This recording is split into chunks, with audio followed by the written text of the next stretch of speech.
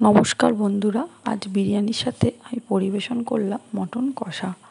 সেই রেসিপিটাই আমি আপনাদের সাথে শেয়ার করছি। প্রথমে ম্যারিনেট করার জন্য দুটো পেঁয়াজ, 4টে কাঁচা লঙ্কা, এক টুকরো আদা, 7-8 কোয়া রসুন, 100 গ্রাম টক দই দিয়ে একটা পেস্ট বানিয়ে নিলাম।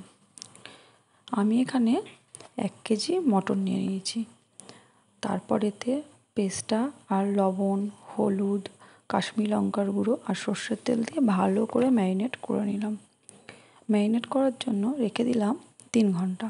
তারপর কড়াইয়ে তেল গরম করে একে একে তেজপাতা, লবঙ্গ, দারচিনি, এলাচ, গোলমরিচ, জয়িত্রী ফোড়ন দিয়ে 4টে পেঁয়াজ কুচি দিয়ে দিলাম।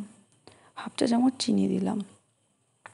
এরপর 1 চামচ হলুদ আর 1 চামচ কাশ্মীরি লঙ্কা দিয়ে নাড়িয়ে নিলাম। এবার 2 চামচ আদা, রসুন, কাঁচা লঙ্কার পেস্ট দিয়ে কষিয়ে নিলাম। এবার একটা বাটিতে 1 চামচ ধনে গুঁড়ো, 1 চামচ জিরে গুঁড়ো, 1 চামচ গোলমরিচ গুঁড়ো দিয়ে একটা পেস্ট বানিয়ে ঢেলে দিলাম। ভালো করে নাড়িয়ে স্বাদ মতো লবণ দিয়ে দিলাম। মনে রাখতে হবে আমরা ম্যারিনেশনের সময় লবণ দিয়েছিলাম। এবার ম্যারিনেট করা মটনটা তুলে দিলাম। এবার ঢাকা চাপা দিয়ে কষতে হবে যতক্ষণ না তেল মাংস থেকে ছেড়ে দেয়।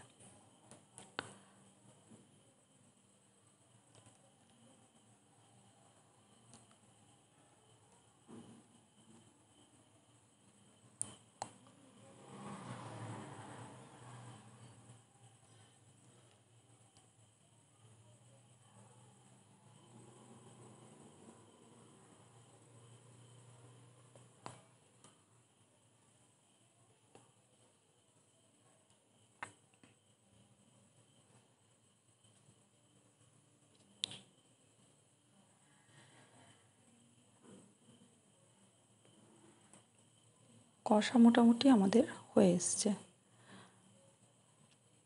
এবার আগের থেকে করা গরম জল মাংসের মধ্যে ঢেলে দিতে হবে। 40 মিনিট ঢাকা দিয়ে মাংসটাকে সেদ্ধ হতে দিতে হবে।